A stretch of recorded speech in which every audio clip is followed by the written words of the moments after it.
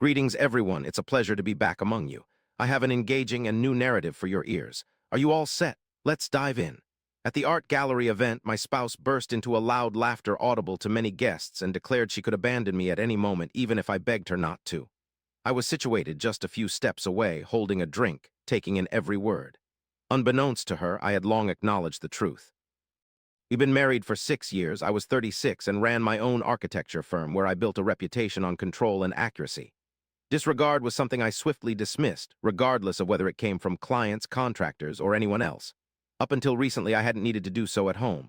The change started approximately 6 weeks prior. Traditionally, Friday nights belonged to us.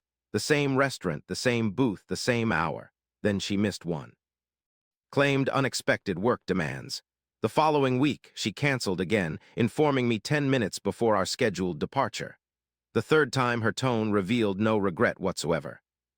She deemed my actions as overly dramatic, asserting projects did not pause for dinner arrangements. At home, her behavior shifted, distant, cool when I made contact, always engrossed in her phone, radiating an air of lightness. She appeared happier than in years, yet it seemed elusive towards me.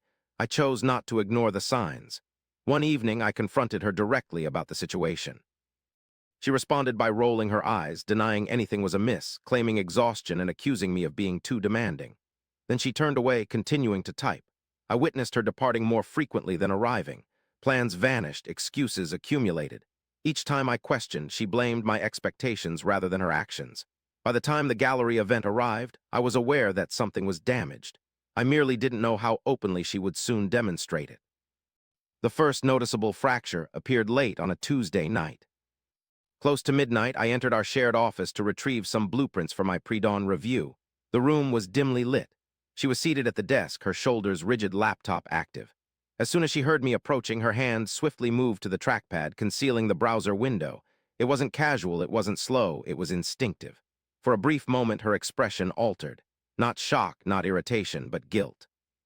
Then she offered a hurried smile and claimed she had been watching unimportant YouTube videos and didn't want me thinking she was squandering time.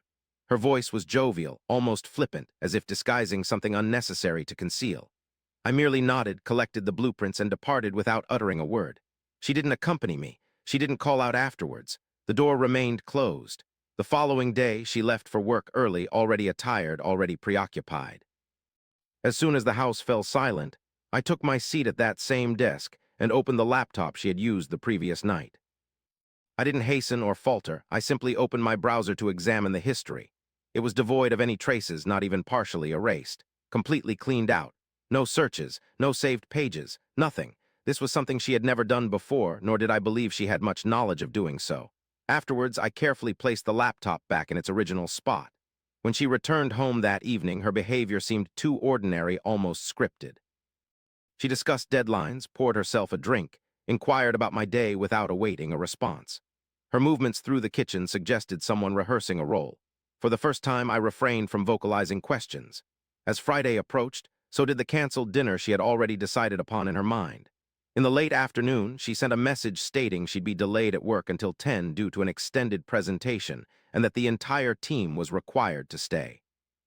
I responded with a brief acknowledgement and departed from the office earlier than usual. At 9:15, I found myself unintentionally driving past her building. The street was shrouded in darkness. The parking lot stood vacant. Only the lobby's security light flickered amidst darkened floors. Slowing down, I parked, lingered momentarily, and then continued. The guard acknowledged me, mentioning that everyone had departed around 6:30 p.m. with the alarms already set. He offered a cordial smile, seemingly offering guidance. Grateful, I left for home. By 10:40 p.m., within our apartment, I stood, jacket remaining unremoved, lights dim. I sat on the couch, waiting. At 11:20 p.m., her keys echoed. She entered unhurried, unstressed. Her lipstick bore a new hue than the one worn that morning, and her hair untidy now. Upon leaning to kiss my cheek, I caught a scent of cigarettes. Smoking was not her habit, never had been. Silently, she spoke as she discarded her shoes, filling our dwelling with tales of exhaustion, late presentations, and post-work drinks. Unbroken, I listened. I observed her navigate the room, composed and unfazed, as if she hadn't spun a web of deceit throughout the evening. From 6:30 p.m. to 11:20 p.m., she had been absent with another, yet entered as if the tale was watertight. That night, I ceased anticipating justifications and began expecting evidence instead. I didn't trail her. I didn't probe her whereabouts. I didn't inquire questions that could be rehearsed. On the following Saturday morning, she departed early to have brunch with a friend. I remained behind to clean the apartment as usual, meticulous and detail-oriented, from one surface to another. Upon cleaning the car, I opened the glove compartment to retrieve the insurance papers. There, hidden beneath the documents, was an old iPhone, nestled warmly against the plastic. The one she'd alleged was lost 6 months ago. It wasn't dormant, it wasn't forgotten. It was powered on. I lifted it up.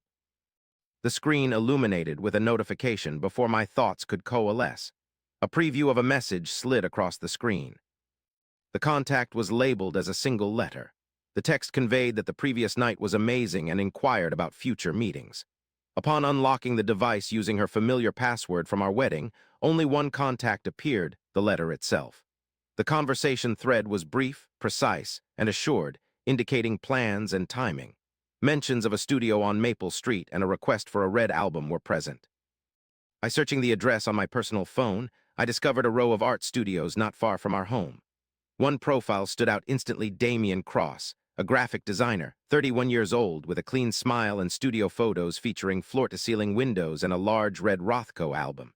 The address matched Maple Street, 247. I returned the phone to its original location, shut the car door, and waited for her arrival home. Within 3 days, I had learned his name without altering anything on the surface. Each day followed the usual routine: work, examine models, approve permits, respond to emails. Home life remained constant as well. No charges, no distancing unexpectedly. She moved about our apartment in a calm, assured manner, as if convinced the tale was over and I'd accepted it. On Sunday night, while she showered, I duplicated all data from the second phone: messages, timestamps, names, locations. I didn't respond to anything or add any new text. I organized the files neatly in a clean folder and backed them up twice, labeling them by date and time just as I would my project drafts. On Monday afternoon, I scheduled a fictitious business meeting. A comprehensive calendar entry, an authentic-looking email confirmation from a temporary address, even a short agenda attached as a PDF.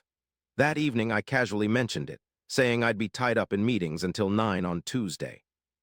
She showed a brief flash of disappointment before nodding and understanding. True to my word, Tuesday arrived. At 5:30, I left the office and drove away from downtown instead. 50 yards from Maple Street studio, I parked, offering a clear view of the entrance. I remained inside the vehicle until 1847 when she arrived. Confidently, she entered the building. The studio, encased in glass walls like a showcase, had partially drawn blinds. Retrieving my architectural portfolio's camera, I positioned it on my knee and peered through the window, capturing her entry into his embrace, their kiss. Each photograph bore the precise time stamp. At 8:15, I stowed the camera and departed. By the time I reached home, the deed was done. Upon arrival at the gallery, a cacophony of soft music, clinking wine glasses, and overly close patrons pretending to fathom the artworks welcomed us. Approximately 15 guests filled the room, her intimate friends, a sprinkling of acquaintances, my brother, her parents, all smiling and beaming with pride. 3 days prior, I had met the artist privately, requesting a moment during the event. He appeared apprehensive but consented. My spouse moved effortlessly across the space, displaying an air of assurance and tranquility. She seldom glanced at me. In proximity to the bar, she leaned towards 2 acquaintances, speaking softly yet recklessly. She joked about leaving me whenever she wished, suggesting I'd plead for her to stay, hinting at my inability to ever depart. I stood within earshot, catching every word. Before the laughter subsided, I moved forward. I requested everyone's attention. Glasses were lowered, conversation ceased, and the room turned toward me. I faced my spouse directly and declared that I had filed for divorce. I disclosed a 6-week affair with a designer named Damian Cross, providing evidence in the form of messages and photographs. I stated that I wouldn't display these publicly out of respect for those in the room, but they were ready for lawyers if required. I retrieved my phone and opened the relevant folder, directing the screen solely at her. Immediately upon viewing the picture, she recognized herself and him within the studio, time-stamped at the moment she claimed she was working late. Her complexion paled. She attempted to speak but found herself unable. I secured the phone and stored it away. I conceded that she was correct, that she could leave whenever she wanted, but I was the one departing now. I asserted that all future interactions would transpire through lawyers. Then I turned and exited. No one pursued me. No words were spoken. The silence lingered in my wake. I did not decelerate until I reached the hotel. I registered under my personal name, acquired a key card, ascended alone. The room was serene, devoid of personality, already detached. I positioned my phone on the desk and left it face up. Before I could remove my coat, it began to ring. Call after call followed. Notifications of missed messages accumulated on the screen. Waves of confusion, then anger, then rapid text messages flooded in. I watched the screen flicker on and off as I unpacked only enough items to stay for the night.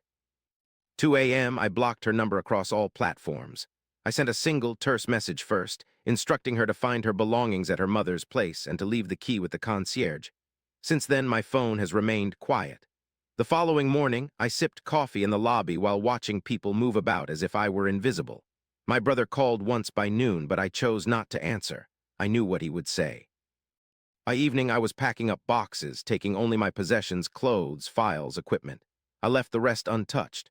No note was left behind.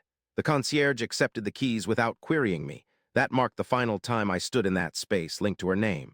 The narrative didn't remain confined within that gallery. By morning, it had been recounted by 15 different ears, circulating through the same social circle. Names were not uttered aloud, but they didn't require mention. Word of mouth among art circles was swift, and within a week I had learned Damien's name twice unprompted. A former client spoke of canceling a partnership on Maple Street. Another acquaintance mentioned an undisclosed branding deal disappearing. No reasons provided, just a polite email expressing gratitude for his time. There was no public spectacle, no drama, only postponed meetings, unreturned calls, and halted invitations. On my way to a site visit, I passed his studio and noticed the windows were open, the same glass facade facing the street, but the red album on the wall was missing. The lights were on, yet the place appeared emptied out, as if someone had begun erasing himself. By month's end, 2 significant contracts had vanished without a word, no accusations, no declarations, just an unmistakable distance that required no response. I chose not to reach out to him, for it seemed his fate was self-propelled, propelled by individuals who chose to dissociate themselves from his name. After the noise subsided, she attempted to resist. Her lawyer initiated contact first, suggesting a meeting, then mediation, and later hinting at court. I never responded directly, but my attorney handled everything from the outset. A week afterwards, her side forwarded their stance. They challenged how the photographs were obtained, insinuating violation of privacy. They alleged that the public announcement had tarnished her reputation. My attorney responded with evidence. The images were taken publicly from an open studio. No trespassing or recording within private residences was involved. No images were made public. They were only presented as evidence to witnesses. The phone conversations were preserved verbatim with timestamps intact. Then the prenuptial agreement was attached. Signed 6 years prior, it contained clear language and no loopholes. Infidelity nullified any claim to joint assets beyond what was legally mandated. The apartment was bought before the marriage. My office was solely mine, all accounts segregated. Her lawyer sought delay. 2 weeks elapsed, then she demanded a private conference, which I denied. Another letter ensued pleading for a resolution. My attorney responded with one proposal. 2 months post the gallery event, she assented. No trial, no drama. Documents were swapped through a notary, signatures completed separately. The final document was submitted on a Tuesday morning. By afternoon, my name reappeared as sole proprietor. 5 months later, I revisited the coffee shop of our first date, the same corner spot, the expansive window overlooking the street. I ordered coffee, waited, and took the seat by the glass without glancing around first. The aroma was familiar. With reduced chatter, people strolling outside as if nothing significant had transpired there. She was already within, seated solo at a small table near the back, bereft of cosmetics. Her hair was carelessly tied back. Her phone lay unused, face down. She appeared thinner, huddled in on herself, like a person waiting for authorization to be. Upon seeing me, she froze. Slowly, she rose, taking 1 step towards me before stopping. I remained stationary. I didn't gesture. I didn't acknowledge. I sipped my coffee and gazed out the window. She stayed still behind me for a few moments, close enough that I could sense it without turning. Close enough for conversation, but none occurred. After some time, I heard her chair move softly as she pushed it away. She walked past me and exited. I didn't watch her departure with my eyes. I didn't check the mirror. I continued to face the street until my cup was empty.